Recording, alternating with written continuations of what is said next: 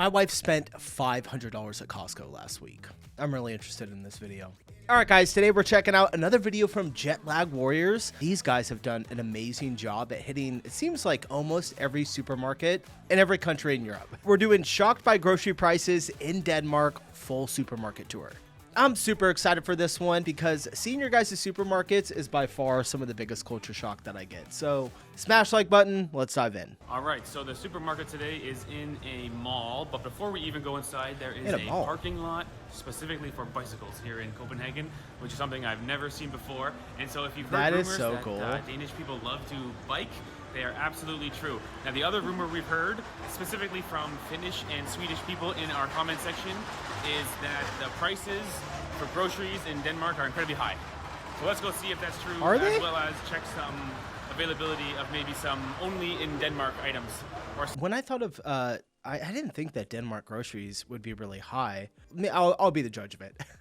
Totally kidding. I don't know. You guys might, they might be pretty high. I have no idea. It's really hard when we do the conversion rate, but they do a great job at doing that for me. So let's check it out. Food. Let's go check it out. And so the first thing you notice when you walk in is this is truly a superstore. Typically you walk into fruits and veggies. This is huge. In Copenhagen you walk into bras and panties. Okay, something new, something new. Let's find the food.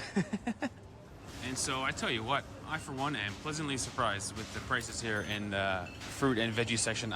Broccoli, $2 US. That's good.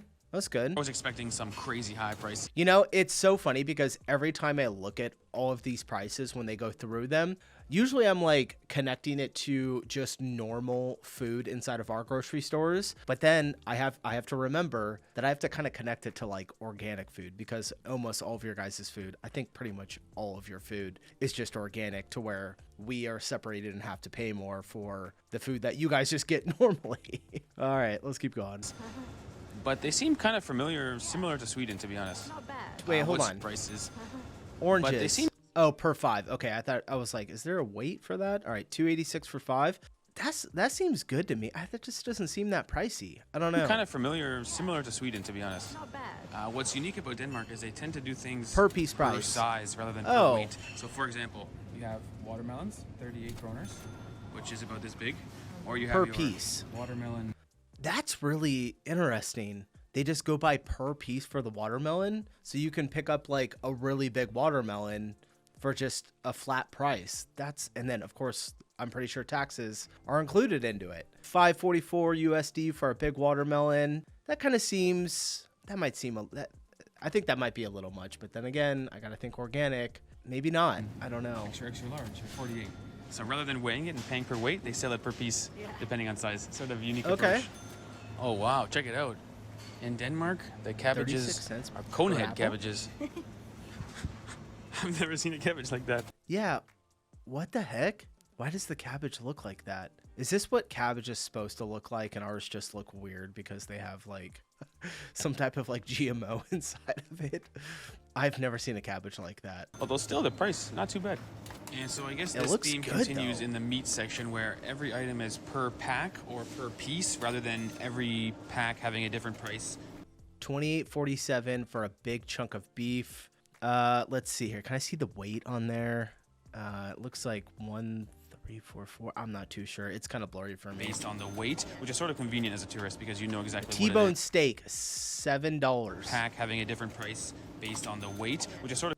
That's pretty cheap for us for meat. Quick clarification, I checked it out. This video is a year old, so I know that food prices have changed quite a bit over the last year. So, this may be, outdated a little bit, but even if it was $8, I think it's on par a little bit with ours, maybe a little bit cheaper than our steaks. Meat is the most expensive thing right now, especially beef. Like if you want to buy ribeye steaks, you're going to pay, in US dollars, you're going to pay like $35 for like a steak, a single one. You can get New Yorks or T-bones for a lot cheaper. Sort of convenient as a tourist because you know exactly what it is. You don't have to do any math. 350 grams of this, pork, is it more or less than 450 grams of that? Meat. So it's sort of convenient. And beside the meat same weight, same section price, is this pre-prepared food section, which has some pretty good prices here. I think you can get a whole meal for something like 45. Oh, dang. Which doesn't look too bad. Not to mention a full chicken for 56. I mean, it's not fresh, you know. I'm sure it's probably still it probably is fresh. You got to remember, you guys, when I look at stuff like this, I have to like click in my head that I'm not looking at food in our grocery store. Usually when they have these little like pre-packaged meals, I've bought them before. We get them occasionally, but usually, you know, we want something a little bit more fresh, and I never know how long those have been sitting there. Which doesn't look too bad. Not to mention a full chicken for $56, which will be good for a small family or a couple. Pretty good prices. Butter chicken. It's amazing how much my price tolerance has changed in the past 5 years. Because before 2019, I think the world had cheaper grocery prices. And then once the pandemic hit, everything changed. Yeah. But in a post-pandemic world, these prices are kind of manageable. Yes, I would say. Normal. Oh, look at this. This is like a burger pack or a sandwich pack at the very least. You got your sliced up meat, got your buns, and your... A burger sandwich pack. That is so cool. What kind of meat is that, though? Toppings, pickles, condiments, for $100. That's kind of a convenient idea. Pretty good. Yeah, that's pretty cool. I like that. This is a very Danish thing. This is... bacon liver. Oh, it's like a pate, I think. It's like a meat bacon paste liver? That you put it on a cracker. And they've got a whole fridge of it. Yeah. Like a fridge and a half of it. Yeah, different types of pate. Whoa. Fish, bacon, classic. We don't have any of this. None of this stuff. I would not be able to find anything like this ever. Right, and they even got a Danish flag on it. Yeah. I think Danish people are eating a lot of pate. With their bread. Yeah. Probably quite healthy.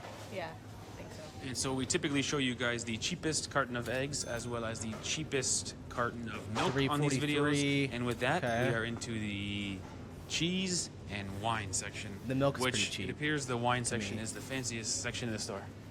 And so the section is set up quite nicely with all the different countries.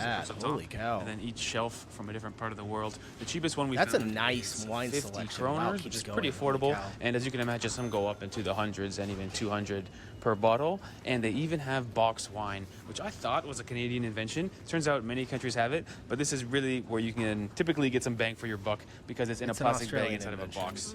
This is like university student who wants to be, you know, high-class drunk for the weekend. You get a little bit of box wine. Ooh, fancy. And here we have your good mood wingman, which they're calling chocolate milk. What the heck is that? But I am noticing it is distinctly not in the fridge. It's got some syrup in the bottom. This might be a chocolate milk. Pretty yummy thing, to be honest. I think it's a sweet milk drink. Although, does milk need to be in the fridge? Not every milk, I guess. And I heard that the Danish love chocolate milk. Correct me if I'm wrong. I think that the milk having to go in the fridge or not depends on, I think, the amount of time that it's out, and then also what type of milk it is. You know, if it's you know, like processed milk, obviously it has to be in the fridge a little bit longer. But if it's whole milk, I think it can be out a little bit longer. Somebody help me understand the milk. If there's any dairy people out there that know, what do you call a dairy farmer? Oh my God, what is wrong with that? Right. Chocolate milk, yeah. Okay. It looks like a staple thing. It says since 1951. This might be a childhood favorite for people of all ages. Right. It's like a rite of passage. Drinking your chocchio. Childhood. Yeah. And so, just like that, we are into the beer section. Now, hold up. We got to go back real quick. I saw something. Prime Energy or Prime drinks. That's crazy that these are here. I wonder, we don't allow our kids to drink this stuff, but I learned that some kids were here in the States were getting really sick from this. I think even some of them died or something from drinking too many of them because there's some type of chemical in it. And I wonder if they do a completely separate, like way different ingredients over in Europe. I would imagine they probably have to, but that's wild to see that there. Yeah. And so, just like that, we are into the beer section. Now, for my whole life, I never really heard of Carlsberg. I probably heard of it, but it wasn't like a famous brand in my head. But since we started traveling the world, Carlsberg is everywhere. Yes. There are whole countries, I'm thinking of Malaysia, where it's like they only serve Carlsberg. And the slogan is probably the best beer in the world. So we'll show the price of this one. Very Danish beer. 48 for a 6-pack of small cans. Not bad. That's good. Certainly a lot cheaper than that's Finland. Not bad at all. Don't even get me started on the beer in Sweden. It's not even beer. Oh. So... 4.6. Oh, 4.6. Okay. Okay. I thought it was 5%, but either way, that's a pretty like a fair light price beer. for beer in a fully developed country. The alcohol prices are pretty good, and the wine the same. Pretty good. And Heineken, in a very smart $5.71 for a six-pack. Chip section right beside the beer section. Wow. When you buy beers, you go, buy a couple of bag of chips too. So we can look for Lay's as well as Doritos flavors. And oh wow, we gotta buy a bag of that, Ivana. Tomato ketchup flavored Lay's. So as you guys probably know from our previous videos, ketchup flavored Lay's is a very Canadian thing. It's the #1 chip in Canada by far. We gotta test this and see if it's the same. It should be quite sour like vinegar from the ketchup. It should be really, really good. So let's buy that. First time we've seen it outside of Canada. And then cheese and onion flavor could be good. Oh, never heard that. Barbecue flavor, salt and vinegar, and that's all you're gonna get for Lay's. And it's about 18. Where's the local per chip pack, companies? which is kind of a fair price. And then in terms of Doritos, you got standard barbecue, nacho cheese, and sweet chili pepper. I'm not a big snacker anyway. My 6-year-old daughter is screaming at the top of her lungs for something. Yeah, I'm not a big snack eater, so Fair. Probably now pass there on is chips. what appears to be a here local we go. brand called This is what I was Saling. looking at.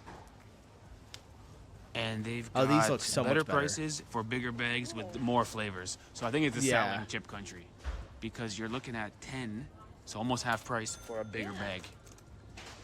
We're gonna stick with the ketchup, Ivana. We're gonna stick with the ketchup just to give it a try. But it does seem like I would totally get a Danish bag of people are those. eating a lot of chips because it's a full 2 rows. Now, in terms of the coffee aisle, there is a huge section here of instant coffee, which, to be quite honest, for a refined palate like I have, it's more or less undrinkable.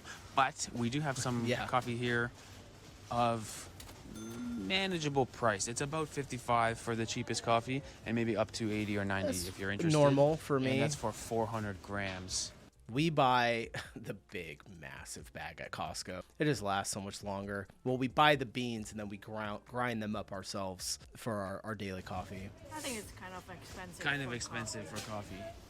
And actually, all the brands are sort of unique. Nothing familiar. I don't think that's Lavazza that is the bad. only one I recognize. And I guess Saling is a local brand because it's the cheapest one. By far, actually. Yeah. Wow. Okay. Yeah, that's really I wonder good. if that's similar to Extra in Finland where it doesn't even taste like coffee. That could be muddy water, but it is a half price of everything else. And so typically in these videos, we show you the cheapest loaf of bread, which is certainly the Saling brand again, although it's not clear how much 86 simple cents? and white sliced bread Danish people are eating because the whole bread section is of various seedy and nutty textures. Not to mention most of it is dark brown, nearing black even. So I think they're more of a rye bread or whole grain or sort of I love rye bread. healthy bread type people. I, for one, was born and raised on Reuben? sliced white bread. No regrets, baby. Now, they've got a product I got to shout out. Brioche hot dog pretzel. I'm looking at these. My mouth started watering when I saw these pretzel hot dog buns. These look phenomenal. Ooh, like a really good all beef or like a bratwurst in it. Maybe not a bratwurst, like an all beef hot dog with like some beer cheese over it. Oh, some grilled onions. Style bun. That would be a good hot dog bun. Yeah, Pretzel style brioche bun. Wait, what is that? French hot dog buns. Look how long they are. Wait, is this like a 2-pack and I can't see it? Like, is this 1 pack right here and then this is another bun right here? It kind of, maybe so, because it looks like that's what that is. Hot dogs here in Denmark. And I, for one, am here for it. Stay tuned for Ivana and I eating some hot dogs in the street because they're good and we like them. And there you have it, a pretty darn good pickle section with all different type of veggies, including pickled potatoes. Now, don't touch the jar. I don't know who's working here. Put the jar. Pickled potatoes? What?